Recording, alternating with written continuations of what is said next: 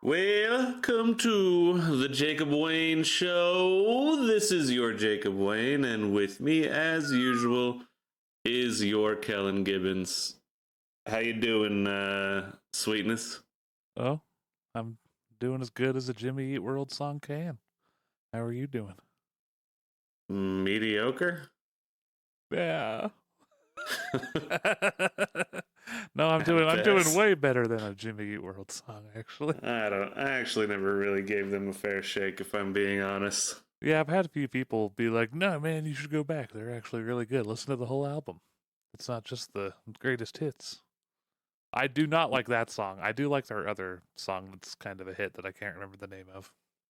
Well, this is something you would maybe save for music discussion, but I'll just say really quick. We can get into it later if you want. Bare Naked Ladies, a band that I think are really talented musicians, but I really only like one album from them. And it's the one where it's like that 1 week song came from. So like 1 week since you looked at me, and I hate that song. Yeah. But like after it, the rest of the album is like really solid to me. So I wonder how many bands that's happened to, because usually in the 80s there's like hit singles and you're like, oh well, then if that song's so good, the whole album must be a banger, and it's not at all. Yep. And you're like, how is this even the same band? And it's weird, but we can get into that. But first things first, what are you drinking? Yay. 3, 2, 1, gonk. Hold on, the tab's stuck. Oh, it's late, but it still happened. Well, that's perfect for this week, because 420 is going to be happening this next week, or I guess this week if you're listening on a Monday. Yeah. Or maybe you're a pothead and you're going to forget and listen to it a little late. Happy October. Yeah. But so I decided to smoke a little bit during this episode. Not that I haven't done that before, but I'm just having some Afghani Kush. Whoa. And I thought it was also good because today we're going to be talking about our review of The Chappelle Show. So also in honor of him. Yeah. But that's what I'm smoking on, and that's my luxury because I'm in Colorado, which I can't wait till we get federally going on all that. Indeed. And we're going to talk a little more about that in a bit here, but I'm also sipping on a Pineapple Sour D by Area 2 Experimental Brewing. Ooh. It's a hazy hemp IPA with pineapple, and it is 7%. And you know what's great? I picked this up because it's pineapple sour. I didn't even read the hazy hemp part. The whole hemp thing. Nice. Hey, perfect. There you go. And yeah. So, what are you sipping on? I've got a Firestone Walker. Got the Mind Haze IPA. 6.2% hazy IPA. It's delicious. I like it. There you go. And I'll tell you, this is my first time trying this. It definitely has a hempy flavor. Yeah, I really like those. What's the one? Do they sell those in Utah? What's Utah's status? I don't pay enough attention. Well, yeah, hemp and CBD are fine. The one that New Belgium makes, the Hemperor. Man, I love that beer. I haven't had it in a while, but yeah, I enjoy that flavor in a beer. So nice. Yeah, with the pineapple, it works really well. Yeah, I bet that is delicious. Yeah. So before moving into our usual stuff, any announcements you have for this week? Nope, not really. Things are all about the same. No new releases from any of my bands. We do have that song coming out on Earth Day for the Highline Drifters. I think I've mentioned that. And I do think the album, I guess that is the only news. We did kind of set a release date late June for the full album, so that'll be good. Cool. Good job. What day is Earth Day? I always forget. Damn. Me too. They should just make it 420, honestly.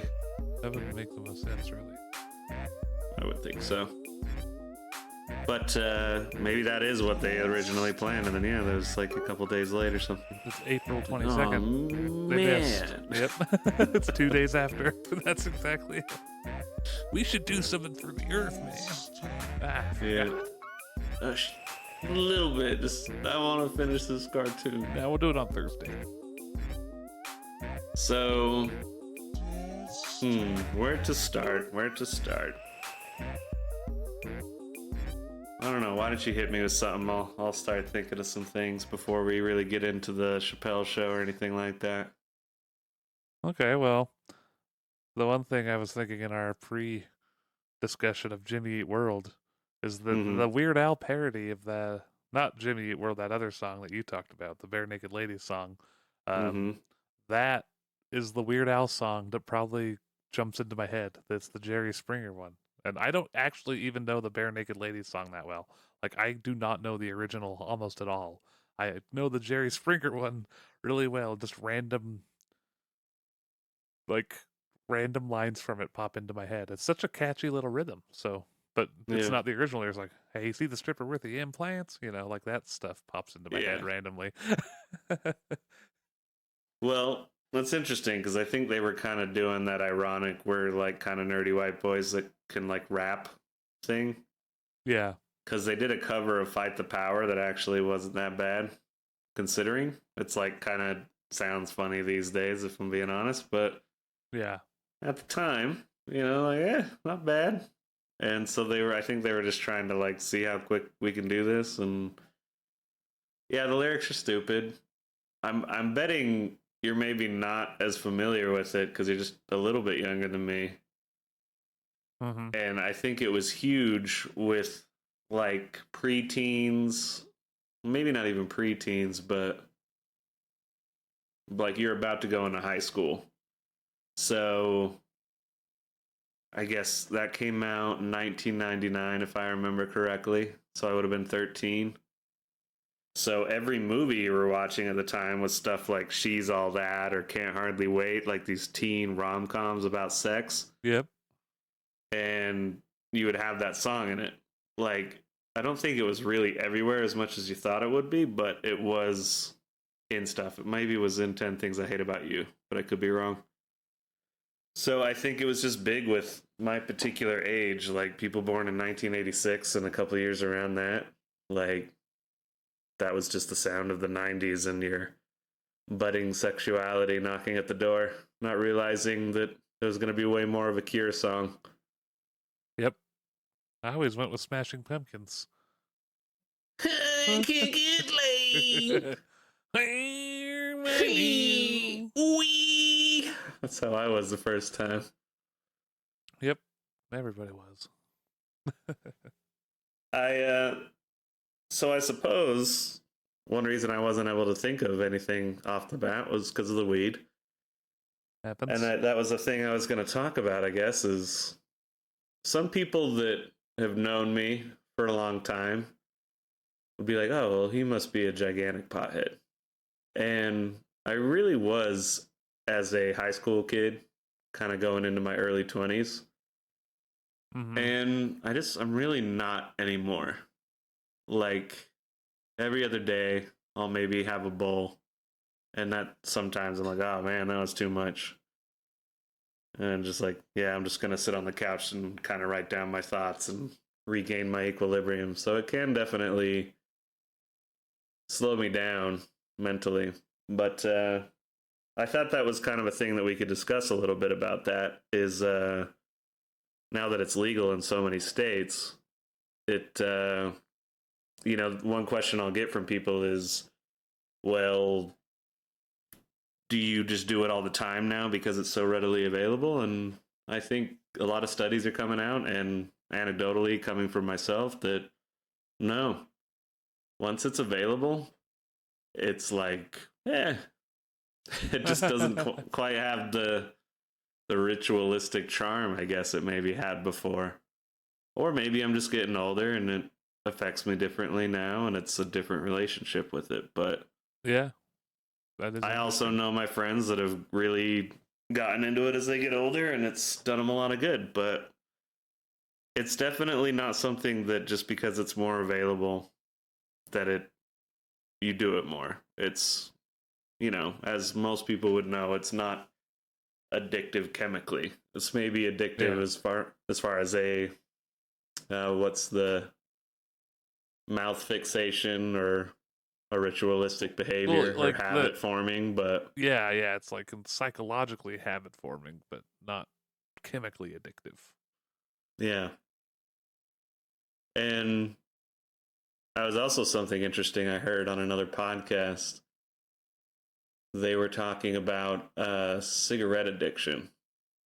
I think it might have actually been Tom Segura interviewing. Sorry, went off track. But the fascinating thing about smoking addiction that they brought up was that it's actually, when you quit, you're quitting like 5 different types of addiction. Oh, wow. You're quitting a mouth fixation. You're quitting meditation in a way, because when you can just walk away for a smoke break, you're going outside and doing a breathing exercise to like calm yourself down. Unfortunately, you've just added this chemical compound that's not good for you to the process. Dude, I've always been annoyed by that. Like, man, I just want to pretend to smoke so I can go sit outside for a couple of minutes every hour. Like, yeah. No, there's a lot of cooking jobs where it's like, 20 breaks in a day. Oh, that's nice. Yeah, but I'm dragging ass a little bit near the end of the day. Okay. Got it. Yep. But there's actually apparently an addiction to like watching the smoke. Like, you can kind of get addicted to that. I don't know exactly in what way they meant that, but I can kind of conceptualize why that might be a thing. And then there's the chemical addiction, and I don't know. I don't even think that's 5, but I can't really remember all of them. But I had never really thought about it like that before. And yeah, with weed, it's just like when you're a teenager and stuff and you get high, you shouldn't do it until you're 18. It's kind of like there's nothing to worry about. So the fact that you're like slowing down or thinking about life, man, like it's not stressful. Yeah. But then you become an adult and then you start thinking about life and shit. And then you're like, holy shit, I'm getting old. I gotta do that thing. I got some bills I gotta pay. Fuck. Yeah. And yeah, it'll kind of get you going down the wrong track. So I've found that I tend to lean towards alcohol more. And I do think that that's unfortunate because alcohol is way worse. So yeah. But something about like a quick little whiskey shot, your whole day resets a little bit. True. So we all have our chemicals and our little things, I guess. But yeah, I guess that's just a thing. I'm kind of waiting around for the whole country to get on board with it. Then watch people's jaws drop as usage and everything goes down and people stop getting arrested for nothing. Yeah. Nothing but good would come from it. Imagine that. That is something we could maybe get into later in the episode as well, but we'll save that more for the philosophy, more heavy section. Or the Dear Jacob Wayne. Where were we plugging in more political stuff if we didn't have a good... Was it philosophy? I think that was Dear Jacob Wayne. That isn't Dear Jacob Wayne. Okay. All right, because it's more opinion-based, so maybe we'll plug it into that. But Yeah. before we get into anything like that, because it will be a little bit of current events and politics and stuff worth talking about for sure. That's another reason I'm smoking. Kind of wanted to keep it a little more lighthearted. I think people are a little overwhelmed with really heavy opinions. And, we're just a couple privileged white dudes out in the middle of the country. Just yeah. We have our opinions and, but more than anything, our main message is love and try to understand everybody and radical empathy. So, There you go. yeah. That doesn't mean you can't make fun of absolutely everything. Like everything. Everything. But yeah, I guess before we get into the Chappelle show and all that, let's do a little bit of music stuff. Any new music on your horizon or anything in the, I guess, music news realm? Well, music news for me personally. I did get a new guitar, and just I gotta give a little shout out as well to the pedals. I don't know how many guitar players listen to us, so I'll keep it brief. But I got a new the old Stratocaster style guitar. I got a nice one of those built by my friend John Turner from. That's what Wayne was gonna get to make her be his. Yeah, right? Exactly. She will be mine. Yeah, that's that guitar. Stratocaster. It's the iconic, one of the iconic, American rock guitars. So see, and this is how little I know about gear. Who makes those? Normally, is it just Stratocaster? Fender is the company that makes them. Okay. Yeah, I knew that. They make the Telecaster too, and some other various sexy models. But this one is not a Fender. The Broadcaster. Sorry, go ahead. Somebody probably did make one called that. Yeah, this isn't a Fender though. It's Turner Custom. So he makes a mean guitar. It's plays so sweet, and you really need it. I'm doing a lot of funk projects these days, and it's that sound. You got to have the Strat to get that funk sound. You kind of put it on the two pickups together, and it gets kind of this quacky sound, and that's like all the funk guitar you hear is usually on a Strat.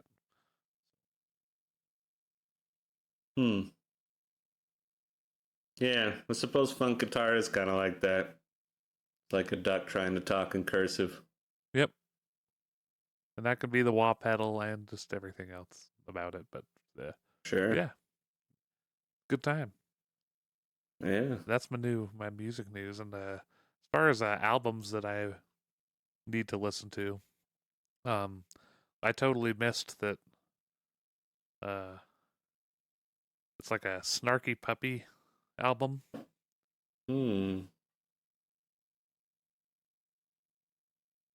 Do you remember the name Family of it? Dinner. That's it. I had to look it up quick. Oh. So it's just Snarky Puppy with a bunch of different people, and one of them they do with Knower and Jeff Coffin. Yeah. So I'll have to listen to that one, and they do two with Knower. It looks like. So. Yeah, I'll have to check that out. Yeah. So Snarky Puppy is amazing. Knower is amazing, and so but I'm excited to check them out together. And there's a whole bunch of other artists. There's just a few songs with Knower. They have just like a different guess. Oh, this is the one they did one with Vossen, which is that Swedish folk trio I believe I mentioned before. They're also on here. Yeah. So just all kinds of amazing musicians they've worked with on this album. So Family Dinner by Snarky Puppy. This is volume 2 as well. So I need to check out volume 1. Yeah. That's interesting that you talk about that before I move into my thing. Oh, yeah? I would highly recommend Knower, but one thing I would say is I watched their videos with like live musicians. Uh-huh. And I was like, that is so awesome. They had a great bass player. The keys were rocking, tight drumming, all that. Yeah. And then I listened to the album and it's all synthed out. And I was like, what the fuck? Like, I was so disappointed. Oh, so, yeah. Knower, if you're listening, please just do the live band on your albums from here on out, because you write great songs. It's just great singer. Just have the band. What the hell, bro? Yeah, that's crazy. It should be like that for sure. Yeah, because they got some. But that's the thing with all those Snarky Puppy as well. I do like listening to it, but I really enjoy watching the videos. So Yeah, they're much funner to watch them actually like play that stuff. So sure. Well, and it's like if that's where they started, and then they realized they could get musicians to come play that for them, then yeah, then that's just fine. But if they're like, yeah, let's do another synth one, and then we'll just have a live band for the shows, like, no, like fuck that synth thing. I yeah, like it for certain projects, not for you guys. You guys are too good yeah, for real. just to not record that. So, but a new release. This is something I read a little bit about today. Remember that Beck and Paul McCartney song I mentioned? Yeah. So apparently, I didn't know this. Paul McCartney had McCartney that came out in like 1970. Mm-hmm. Then McCartney 2, which came out in 1980. Wow. And then not too long ago, he released McCartney 3. And they were always kind of like, I guess, kind of playful experimental records in terms of how Paul McCartney goes. Uh-huh. And so what that remix or collaboration is a remix album of McCartney's 3, where he got all these other artists to remix the songs on it. Oh. So 2 got released today. One is Women and Wives, and St. Vincent remixed that one. She's a artist I really love. And then a band I've been hearing more and more about, but don't know enough about, is Kurang Bin. Yeah. And they remixed a song Pretty Boys by Paul McCartney. So Nice. I think Anderson .Paak and a couple others were the people that are remixing on that album. So it really does seem to be more of the Artur musicians of today remixing Paul McCartney, which is one of the Beatles. So I'm kind of excited to listen to the whole thing. Yeah. Sounds cool. There's a new song by Rodrigo y Gabriela, Nice. Oblivion. They're always tasty. Indeed. This Gojira album is getting real close to coming out. Fortitude. They released another song on Friday, Into the Storm. Ooh. And I ordered that on vinyl, so I'm waiting for that to show up and waiting for the St. Vincent record, Daddy's Home, to show up. Nice. As far as music goes, there is another thing too that, you know, like I've said before, we try to keep it positive on here. But I was disappointed by Serj Tankian's new song that he just released a lyric video for. I guess he has released his Elasticity EP. Uh-huh. And the song is called Your Mom. And I just found it really disappointing and lame. And it made me kind of think about something, and maybe you'll have some examples, but it's like sometimes when a band breaks up and there's like kind of the classic like 2 musicians that they kind of fight in the studio and don't really get along, but they create good music, and maybe they don't even fight that much. They're just 2 strong personalities. Yeah. But then they split up, and then you kind of see where the musical talent or integrity went.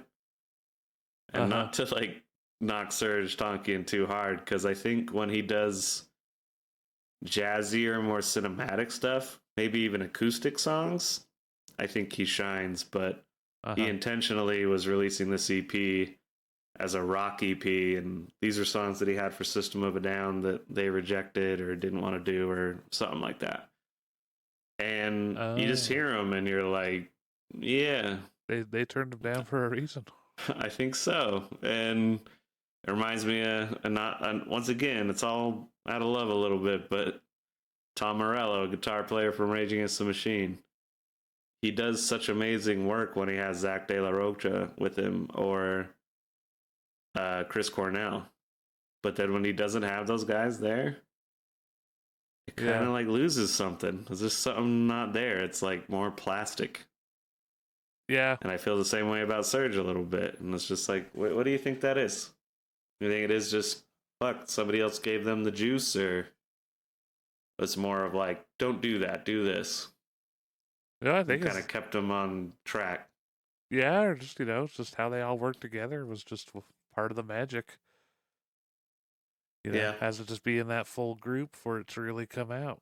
So it's kind of interesting what bands have been like that. Which like you listen to solo projects and you know, like one that comes to mind is like Nevermore is one where you listen to the guitar player's like solo album and it's pretty awesome.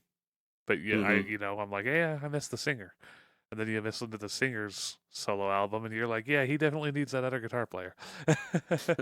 Yeah. And then, but or you get like Steely Dan, who is a duo, and both of them did several solo albums, and I like them both, and both of them kind of have a similar thing. The main thing being the one dude that sings for Steely Dan, his albums basically just sound like Steely Dan albums because it's effectively the same music, because it's Mm-hmm. him and he calls the same. He even has the other dude from Steely Dan play on his albums, but it's just his tunes. He picks everything and he sings, so it definitely sounds like them. But when the guitar player sings, it's like definitely different, but it's still very Mm-hmm. Steely Danish. Yeah. No, that's interesting stuff. I guess there's no real particular answer to it. I mean, you have super groups, and you're Yeah, like, oh, that should be amazing, and then no, it's actually kind of boring, yeah, and not memorable, and it's just yeah, it's odd like that. like those guitar tours. I see them. I've never been to one, and I've never heard anyone be like, "You should go to one of those." Like, Yeah. I've never heard people raving about how good they were, or anything either. It's kind of interesting. Elaborate on what that is. I think I know what you're talking about. Oh, they do these tours where it's like shred guitars, guitar player tour. Uh, it'll like the last one I saw had Yngwie Malmsteen, Tosin Abasi, and what's the name, Joe Satriani, and Mm. had some other guys too, but those were like the headliners. And then one of the other dudes is the dude from Extreme. I might have already complained about this, but he was only on like a couple of the posters I saw. He was one of the last like build on the flyer, and I'm like, dude, he's the best guitar player on stage, Yeah. in my opinion. Yeah. I guess I'm not into that like kind of showcasey stuff. Yeah, that is definitely shred metal, rock, and or guitar. You'd have to be looking for that kind of stuff to find a lot of it. Yeah. But that's kind of why I'm not into the jam band scene either. Like when everybody's there to jam and you know it's going to happen in every song and stuff, it's like I don't care. It's completely cool if other people like it, but I'm just like, yeah, Yeah. I'm good. Yep. But I have a hard time with a lot of those bands too. And people are right. The vocals usually are not the best. Some of them, there's exceptions to that, but We're not many. dead on the reeds. We're We're dead on the reeds. dead on the reed. That's just what it all sounds Thank like you to for me. being here tonight. So, anyway, yeah, I do like a good solo record coming from an artist and then it is something different. Like, I feel like when they embrace it being like, I couldn't do this with my other band, this is just a different kind of vibe or genre or whatever. Yeah. I feel like those are the ones I tend to like. Which is why Devin is just one of my favorites because he's just every album he does is like that. He's like, yeah, Mm-hmm. screw the last thing I did. Like this Yeah. isn't going to be anything like that, and if you don't like it, well then see you later. Mm-hmm. And yep, it's awesome. If you don't That's what I like it, like go to the about next one. Maynard James Keenan. He's really good Yeah, at differentiating which band he's doing stuff for. yeah, Like the Slipknot singer, he was the Slipknot singer, and then he went and did Stone Sour, and he showed everybody he knew how to be all like, and oh, then he brought it back to Slipknot, and I was like, what the hell, bro? You're supposed to leave that over there. yeah. Stop that. And I think he's found a way to blend it better these days, but that was shocking when that happened. I was like, no, what are you doing? Yeah, You're supposed to be crazy mass zombie guy. What the fuck? For real. Yep. But yeah, he'd probably just scream at me and eat me. He has a huge mouth. Indeed. Just chaw my head off. Yep. Use it as a prop. Anyways, I think that is his nickname, actually, now that I'm thinking about it, is the Great Big Mouth. Oh. Nice. Yeah. Anyway, let's get into the Chappelle Show. Okay. So, we recently did a rewatch of that. Those good times. And so, you watched it right before you watched it with me. Was that the first time you had gone through it? The first time I'd watched it, like from like start to finish, yes. Okay. In that short of a time, definitely. Yeah. Otherwise, it was like caught an episode here and there, maybe a clip. Yeah, lots of clips and random episodes over the years. You've pulled up quite a few clips from it we've watched over the years. So yeah. Yeah, so I don't know. What are your thoughts now that you've really fully digested it? It's some hilarious shit. Like all of it. There's not much of it that's not funny, and most of it's just like complete gold. I enjoy it a lot. Yeah, it's definitely a major classic and kind of a watershed moment in TV Yeah. and just in the culture in general. One reason I'm smoking today, talking about it, other than the 420 thing, is when I was a teenager, one of my favorite things about that show was getting out of school, because I didn't go to school high. Some kids did. That wasn't me. I'd be too fucking nerve-wracking. So I'd get out of school. I would have bought some cookie dough ice cream from the a la carte menu. Run home, throw that in the freezer. Then we would go on these long hikes and smoke a little bit of weed, come back, maybe play some music or something. But then the new episode of Chappelle's Show would be coming on. Yep. And we would watch them like as they premiered each week when the show was on. And we didn't do that as much with the first season. We started to near the end, but we really got into that with the second season. And I would, tell me if you disagree with this, but the first season's good and has a lot of iconic moments and stuff, but you can almost feel the audience like still trying to wrap their heads around it. Yeah. They're like, like, oh, that was kind of offensive and Yeah. all this stuff. And they would go to people's faces in the crowd and they'd just be like, what the?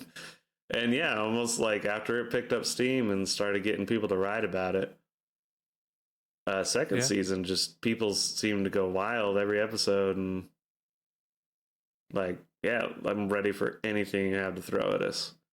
So I remember there was that big turnaround where everybody started watching that. And then the fact that it talks about such sensitive topics like race and all that, I mean, I found through making fun of everybody, it did bring a lot of people together. I remember at the time, like, different groups of people sitting together to watch it and having a good time and, like, enjoying being around each other as everybody got roasted a little bit. And for sure, unfortunately, maybe it's politics, whatever it is, but something about that, like, yeah, people started kind of making fun of each other in a more mean-spirited way. I know that even Chappelle talked about after he left the show after the second season and they were filming part of the third, that he was doing this racially stereotypical version of a black guy and there was a white camera guy laughing, but he's like not laughing with him is how he put it. Yeah. He's sitting there like, oh my Lord, look at this guy being that. And he's like, man, fuck that. What am I doing? Why am I making these skits like this? And that was one of the reasons Chappelle decided to leave and walk away. And I think that's very true. Like, I hear people talk about, oh, why can't we just make fun of everybody and get over it? And it's like, because there's still a lot of shit to get worked out and figured out. I don't think everything has to be about race, and I don't think everything has to be racialized, but yeah, you should have certain sensitivities to things and if you're getting called out know when you're about gonna tell the joke and when you're gonna listen. And I think, yeah, just something weird happened, like kind of a little after that show went away. People started being racial, but in a more mean spirited way. yeah, and now most of the people that are saying it's just people are over hypersensitive to it actually are doing something that is like offensive. They're just trying to like justify it. So it's a weird line. But yeah, definitely Yeah. we found ourselves saying that wouldn't fly anymore. I can't make that skit today. Yeah. There was a lot of like, wow, holy shit. They would Yep. just not do that. And I'm going to get into a little bit of criticism here. And this is coming from a guy who Dave Chappelle's, if it wasn't for Patrice O'Neill, he would be my favorite stand-up comedian. And it's really hard for him to do wrong in my eyes, and that is kind of my bias about the guy. And don't worry, this isn't going to get all heavy or anything, but I do think that some of like the gay humor in it was a little tone deaf. Yeah. It was like, oh wow, well, yeah, that's kind of just flat out like kind of homophobic. Yeah. Not to say that it isn't kind of funny, like, but it's just like, oh wow, yeah, like that's totally evolved since then. Yeah. And it was coming out in the era of Bush, which we'll talk about in just a moment here. But I guess for my own comedic criticism of the show, and this is my personal taste, I'm not a big fan of scatological humor and duty jokes and burping and all that. And holy shit, that show is littered with duty jokes. So many. And fart noises and just like, man. And I guess that goes to show you how good the writing is, because for a show that had that many dookie jokes, I was like, some of them still kind of work for me. Yeah. But yeah, having rewatched it and it's not this brand new thing anymore, I was like, ugh, oh my god. Yeah, there's a lot. Whole sketch on this, like, and that one is funny, but it's just like, god damn it. It's just like lame. Let's get to the next one. Yeah. But that's my personal taste. If you love duty jokes, then it's a masterpiece. Indeed. Some of the best ones ever told. Yeah, because if they can get me to chuckle a little bit, then like, yeah, they must be great duty jokes. Indeed. Yeah, I guess with the Bush thing, I guess that was the only other element of it, is this is the first time I've rewatched it and it felt dated. Like, I was like, man, this is an old show. Yeah. Like, not only because of some of the just topics, I guess, but one of the major things going on around then was the Bush presidency, and it was leading up to his re-election.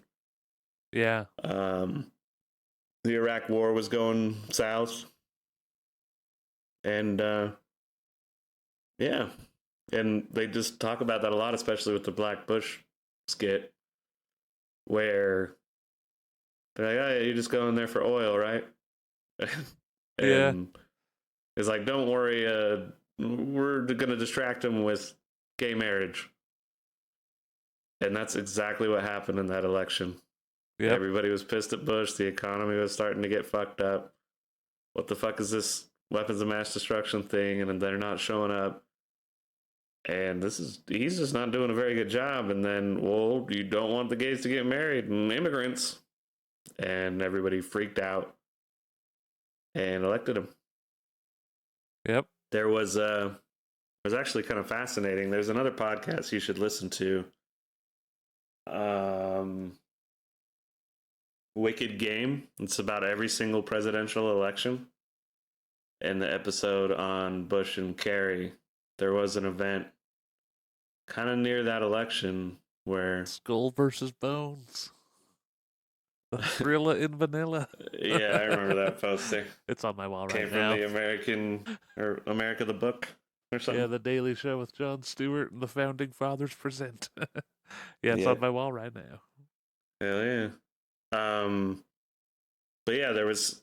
I think there might have been like a bombing in France or something like that, but it was kind of reminded everybody of 9/11.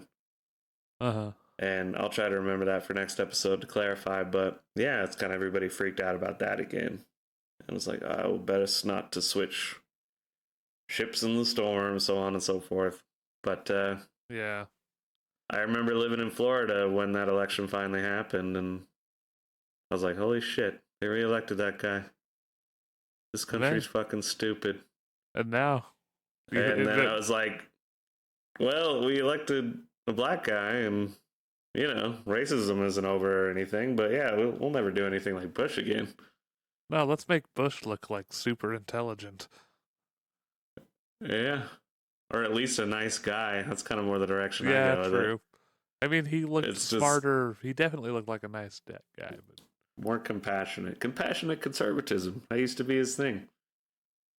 compassionate. And yeah, it definitely was like, I don't miss him, but fuck, you give me a choice between Trump and him. Like, just give me Bush. Yep. Good Lord.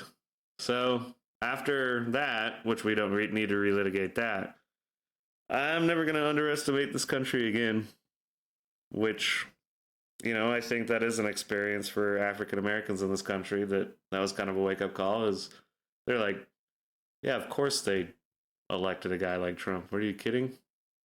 You think this country's really progressed that much? Shit. Like, yeah, it's got a way to go. Got work to do. Yep. So, yeah. Anyway, if you've by chance never seen the Chappelle Show, you should watch them because I think that entire series belongs in the Library of Congress. Like, it's culturally significant. I think they'll be talking about it for some time to come. Big time. Oh yeah, good musical guests and everything. Just so cool. Yeah. So before I move on, what are your top 3 skits off the top of your head? And maybe who is your favorite musical guest? Let's see. I gotta go with the Rick James and the Prince ones, man. Like, don't know. I'm not gonna put them in any order for the top 3, but those two are in it. And yeah, man, I really do like that Player Haters Ball. Like all of those. Yeah. Those are The time ones. Haters. Yeah. Hitler, fuck you. Especially when he shows Charlie Murphy like getting ready to film and stuff, like that little clip cracks me up. Yeah, just shuffling his shoulders. Yeah. Well, let's see. The musical guest is tough. It's either the Most Def and the Editor, the like duo, or Erica Badu. I think it might be Erica Badu though. That shit was so good. Yeah, that's my favorite. If you count I think what do they call it? When they're doing that study with like white people are into electric guitar. Oh yeah, that black people are into drums. Like that little musical performance at the end is really enjoyable. That might be one of my favorite skits too. That's a close one. John Mayer, Questlove. I don't know the keyboard player, unfortunately. And that one's funny because I'm all 3. Like every single one of those would work for me. I'd just be like, oh yeah, bring it on. Yeah, keep adding it, keep putting it on there. Get out your megaphone and yell gibberish at me. I like it. I like all the seasoning and I like mayonnaise. Come on, baby. But my favorite skits would probably be, I do kind of look at Rick James and the Prince skits as like one almost. Yeah. Just Charlie Murphy's True Hollywood Stories. Yeah. When those hit, going to school the next day, like that was one of those things where you did experience stuff kind of more as a cultural event. There wasn't quite everybody watching their own thing like there is now. Uh-huh. And yeah, everybody was running around like, what did the 5 fingers say to the face? And just slapping each other. And you're like, this is fantastic. Nice. I was a big fan of the Prince one, though. I think I lean that one a little more than Rick James. But to pick 2 other ones, I'm a big fan of that one, the electric guitar one. Yeah. Racial Draft is really good. Oh yeah, that's a good one. I think my favorite part of that is like Black delegation would also like to claim Eminem. It's just like, wait a goddamn minute, Rondell. It's like, we had a deal. But and then the Wayne Brady one. Yeah. That was just doing the training day thing. Like, if you do not smoke this, we have a problem. I'm Wayne Brady. It was Mooney. But yeah, so we'll open it up to the crowd. Those of you listening, what should we watch next? We're still kind of debating on our end what we'll kind of go through. We were thinking King of the Hill, maybe some Curb Your Enthusiasm. There's, I don't know, Ozark is one, but I don't know. Yeah. You write us at fakkoshka@gmail.com and let us know if there's a show that we should watch. Yeah, what'd we miss? And it should be on streaming. That's the only way Kellen and I can pull it off. Because we got to like kind of 3-2 on it and just play it off of some streaming thing. So, Indeed. With that, I don't have any entertainment-y kind of stuff to do, so we can just get into the last segments. The segments. Okay. Which one do you want to start with? Philosophy. Philosophy. Quite preposterous. Quite haberdashery. Yes. I dare say. Do tell. Yes. Quite. Think deeps.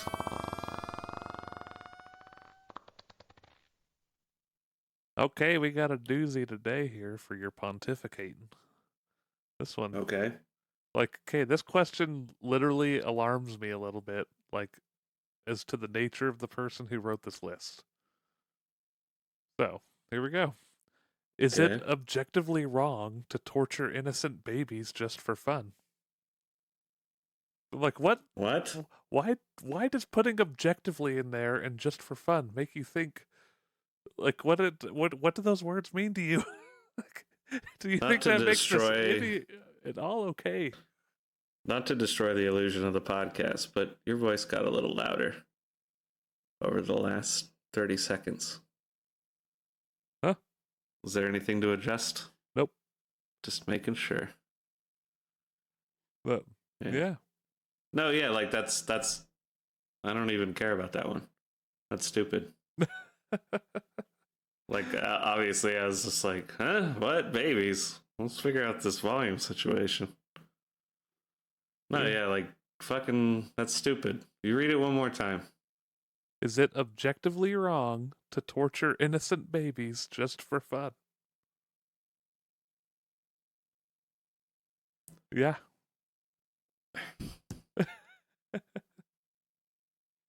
I suppose we need to look up the exact definition of objectively. Because I feel like, how could it be that stupid?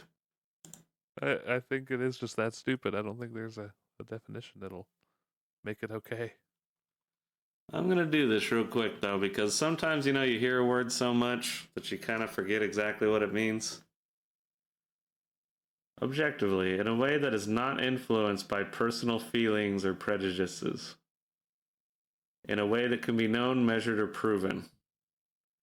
So it's kind of basically like, can I prove that it's wrong to torture? And is it just torture babies or kill them? Torture innocent babies just for fun. Like all these little things they throw in. Well, like, isn't tickling a form of torture? It's like they can't do anything about it. And if the baby's like, hey, you can't say stop. So if you keep tickling them, even if they're laughing, like, that's kind of torturous. So, yeah, you can totally torture babies. Let's move on to the next segment. Well, there you go. You heard it here first. Objectively. And only if it's fun.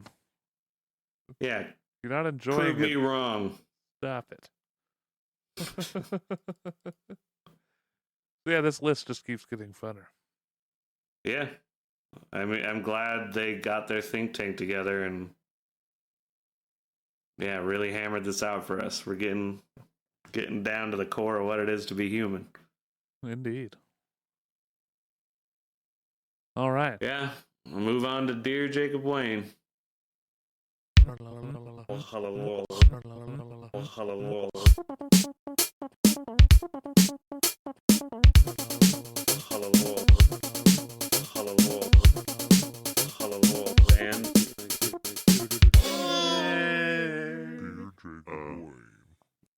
Okay. So, we got a good one. Here we go. Dear Jacob Wayne, I've been married for 25 years and have one grown child. I identify as BIPOC, and my husband is biracial and identifies as a person of color. My I'm gonna look up BIPOC. I don't know everything. Keep going. My relationship with my husband's mother has been cordial but not warm.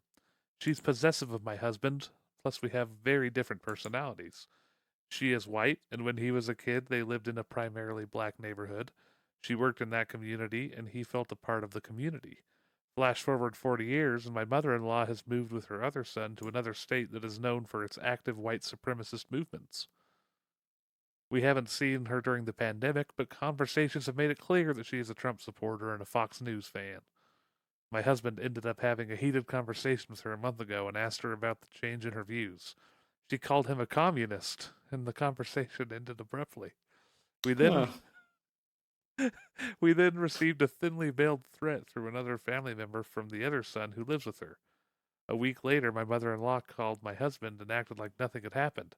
Now she wants to come visit because we are all vaccinated. I know it will be super uncomfortable at best. I'm worried that there's a conflict. My mother-in-law's son will make good on his threat. My husband is a good man and listens to my concerns, but I don't know if I should put my foot down about her visiting. Help. Alrighty. I looked up BIPOC. That is Black, Indigenous, and people of color. Okay. Let me see if I can be succinct about this because this is like easy for me to like rant about. Yeah. But yeah, ever since the Trump thing happened, he kind of, he didn't start all this shit. It was good, and No. we were talking about Bush earlier. Like after 9/11, a lot of feelings got rubbed raw, and Bush, in some ways, was like, "America's this way," and if you're on that liberal side of it, just like, we're just gonna disregard you.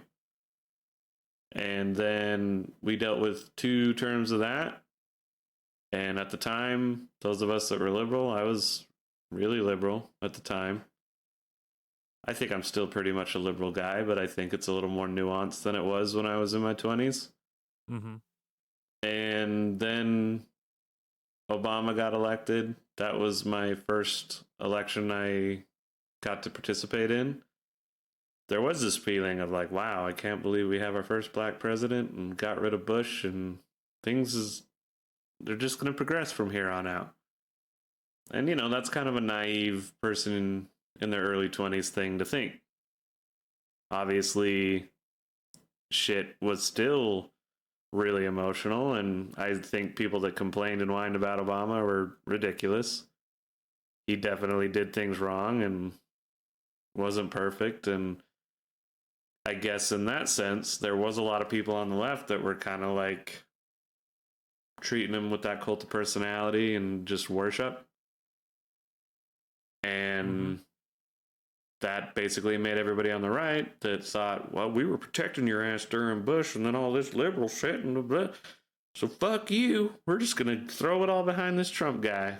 The guy that said Obama wasn't even born here. And I still think that that's the biggest reason he got elected, is that he was the dude that made a stink about the birth certificate. Yeah. And an original conspiracy theory that just got other conspiracy nuts to get behind their own things, and Trump's our conspiracy daddy. And so trust me, I'm getting to this thing. Trump is terrible. We've talked about him endlessly, and I've been loving having him not be in the forefront anymore. And yeah, he's a terrible person and a terrible president, and fuck him. Yep. And my opinion ain't changing. So, what's difficult with that is that the movement that's behind Trump is not gone. It's just morphing and changing and becoming something else. Yep. And essentially, there's people in my life, people I love, like my family, or some of them, I can't speak for all of them, but they would way rather have Trump be president than Joe Biden. And they feel more comfortable with Trump being in charge and Republicans being in charge than liberals. And I don't think that they're bad people, and I don't think that they've crossed some sort of line where I can't talk to them. It's just like, I should talk to them. We should learn to communicate better, because that's the only way we're going to figure this out or get through it. Yeah. And it's really hard because Trump believes in some wild, crazy, authoritarian shit. And I think he's clearly racist and homophobic and all that stuff. And it's not cancel culture. It's just he fucking is. Like, yeah. Just look at him. And if you can't see the things he says, you probably are too. So yeah, it is weird when I have somebody I love who's more okay with that. Like, I don't like his stuff on immigration, but at least my taxes are lower, or at least my business was doing good. It's like, what the fuck is with your priorities? And my taxes weren't lower. That's the most annoying part. They're going to be lower this year. Yeah. And there is a weird group, like, string 'em up mob thing going on in the left. I would say that that's happening on the right too in its own way. Like, everybody seems to be caught up in that Twitter culture of calling people out and getting them canceled and all that. Yeah. And it's always worth remembering that it's like, it really is such a tiny percentage. A squeaky wheel gets the grease. That's the ones that you're reading about in the media. That's what the media likes to blow up because it's controversial. You read it and it makes you feel things, and you click on it again and again and again. And it's just like, that's not most Americans. But unfortunately, most Americans read that news and start to build a bubble worldview based on some of that, which it's all kind of an illusion. And it's kind of crazy. And we've talked plenty about that. So to get specifically to this Dear Jacob Wayne, I don't think it's that difficult to tell the difference between a Trump supporter that you can talk to and try to reason with and have a debate with, and one who just needs to be cut out of your life. Yeah. That's exactly what her mother-in-law sounds like. She's a lost cause. Fuck her. Yep. And don't get me wrong, don't wish any violence on her or anything like that. You go live your racist bullshit life over there. But don't talk to me. You don't get to be part of my life. And I know that that's harder for some people, but for me, the best thing I ever did with my family, and a lot of this takes place in my own head, is if they ever do anything to cross that line with me, I won't talk to them, and I can create family somewhere else. And I have family with my friends, and, family isn't purely defined by blood. And I get that moms and cousins and aunts and brothers and sisters are important, but if they get to a point where they're following a fascist and they're just screaming and yelling at you, calling you a communist because you're questioning them on that, fuck them. Yep. Time to go. And that isn't wishing violence on them, which it sounds like there was another family member that was like kind of thinly veiled threats and whatnot, as you put it. And yeah, I don't know. I guess that's my advice on that. Is it's just like you should put your foot down and tell the husband, like, dude, no. I know it's your mom, but if she's gonna act like that, like, don't want her anywhere around us. Yeah, sounds like a good plan.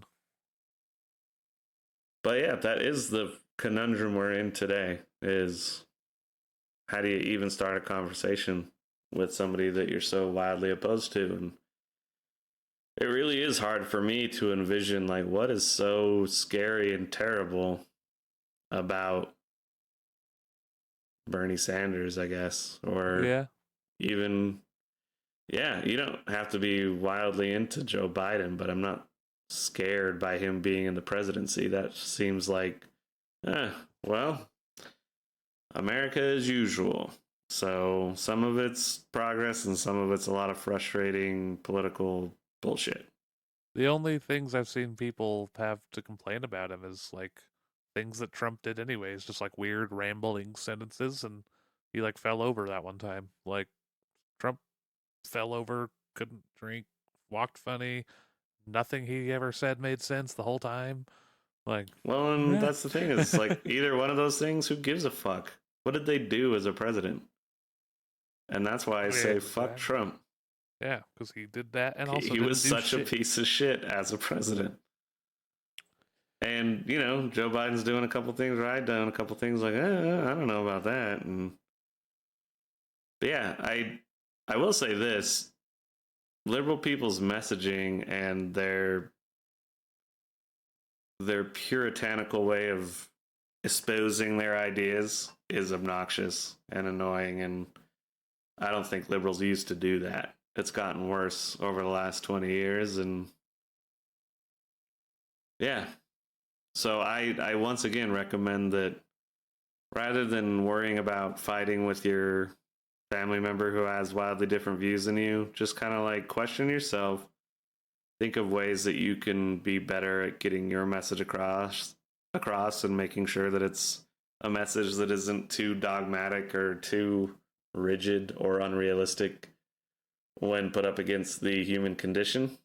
And that's really all you can do. And Yeah, if that terrible views family member wants to go get a beer or go get a meal and they can shut the fuck up for the meal, then all right. Yeah. maybe try it out. But I guess I kind of got off on that, and like I said, this makes me rant easy. Is with the family member thing, is I realized once I created that, like it's okay to walk away from this if it ever crosses the line for me. I think that allowed me to be more open with my family and be more myself and just say what's on my mind. And I think our relationship is way better because of it. Yeah, Like, I don't beat them over the head with my stuff. They don't beat me over the head with their stuff. They know I'm not into it because I let them know. And we get along way better. yeah, there you go. And And yeah, I think that same idea just applies like to all people. Like it's like especially when you're saying like there is a little bit of a problem with the way the left says their ideas, and I think social media is a big part of that problem. So, mm-hmm. like knowing the battle is not in a comment section on social media. Just let those battles go, because Yeah. those are the worst ones. Like the battle's gonna be won in the voting booth. Yeah, anybody that has the time or desire to really get into it on those threads isn't somebody you should really be taking a lot of political advice from. Yeah, indeed. And yeah, and that is what it is the most obnoxious liberals are the ones that get the microphone and get plastered over everything, and then it does make liberalism sound way crazier than it actually is. And that's probably true on the right as well. Yeah, The only difference being is that you guys actually still voted for a guy like Trump and we're okay with it. So what the fuck? There is a exactly. difference there. And all your famous crazies are dudes. But yeah, it's like if we go back to the Bush thing, It's like, yeah, all right, fine. You like Bush. It's weird. I don't get it. I think it's a little fucked up, but I don't feel like the weird threat that I felt with Trump. Oh Like yeah, with Trump, it felt like fuck, we're losing something American here. We need to get rid of him. yeah. And then yeah, I don't know. That's a big old chunky. I don't know as far as the future of all that, but try to talk to your Trump supporter friends that are just more worried about socialism or whatever it is they're afraid of, and just talk to them about that. Try So to explain your side, but if it's not productive, just be like, can you just shut the fuck up and so promise not to arm yourself against me in a future conflict? maybe try some like a book or something. Like, do you know what socialism means? Yeah. Yeah. Book, like, first of all, read up on all the different types of government and what they are. And then also realize that most countries that say that they're one thing never fully practice it. And they're all kind of weird, mutated, theocratic, monarchy like dictatorships. Yeah. And we just slowly throw better and better ideas at them, which they take on a little bit to try to appease us. But it's a constant struggle. I think a true socialist, a true communist, and a true libertarian are still in the same fight against tyranny. Yep. So, Indeed. yeah. Well, anyway, how about some weird news? Weird news.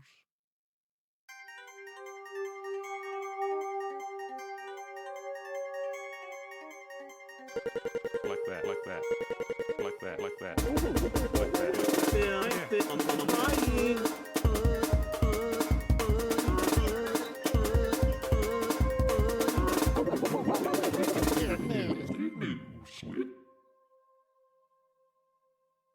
Okay. This one I thought was pretty exciting. So James Huntsman, that's a big name in Utah, brother of Uh-huh. former Utah Governor John Huntsman, is accusing the Church of Jesus Christ of Latter-day Saints, also otherwise known as Mormons. I'm calling them that because they don't like it. He Mm-hmm. accused them of fraud and has sued to recover millions of dollars in tithing in a federal lawsuit made public Tuesday. This is from March, so a little old. California resident alleges the global church has repeatedly and publicly lied about the use of billions of dollars in member donations solicited to pay for missionary work, building temples, and other educational charitable work. Behind the scenes, however, rather than use tithing funds for the promised purposes, the LDS Corporation secretly lined its own pockets by using the funds to develop a multi billion-dollar commercial real estate and insurance empire that has nothing to do with charity. This is not a case about faith, it is a case about fraud and corporate greed. So, just an interesting little development. But is that directly accused people at the top, or is it just more like the people in charge of their business? Like, was the prophet or the apostles supposed to be in on this or know about it? Or is that kind of vague? Um, it's like I guess it's specific aim at allegations that a reported $100 billion Latter Day Saint investment fund built on member donations, Hmm. and so um, yeah, Yeah, I could see them just. It's kind of more like turning a blind eye thing. Like it, maybe they didn't weren't directly hands in it, but oh no, but who fucking knows? I'm just trying to be fair here because it's like I'm obviously like, yeah, of course.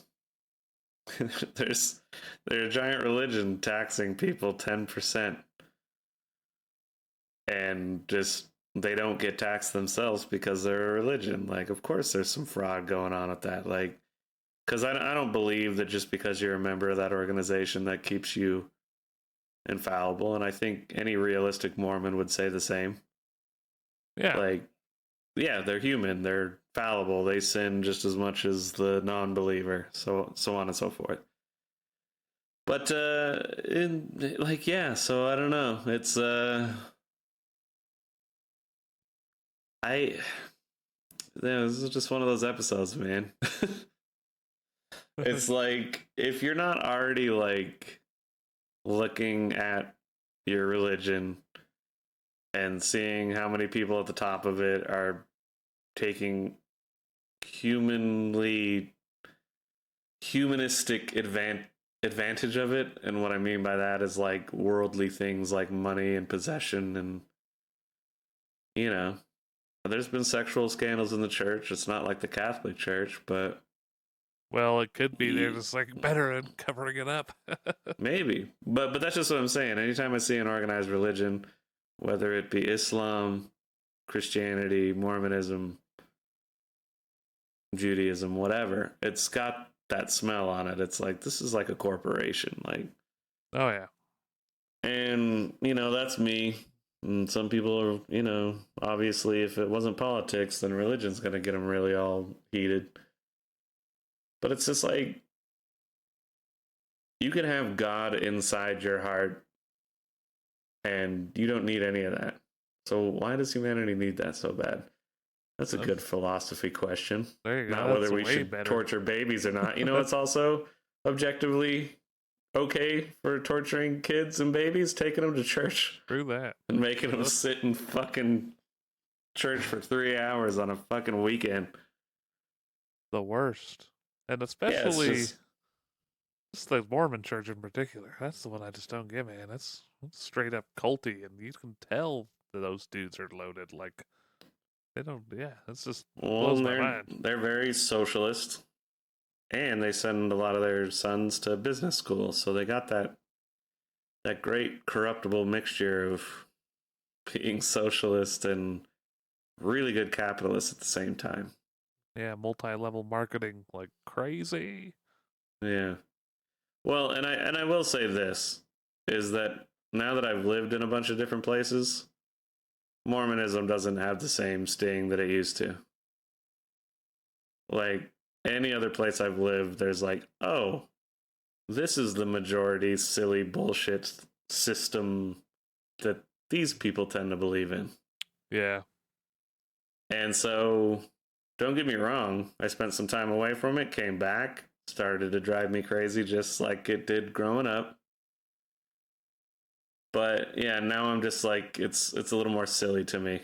And at the end of the day, it's my main thing with politics and other stuff is don't let these organizations and groups and stuff like make you wear the same hat as them and start spewing the same shit.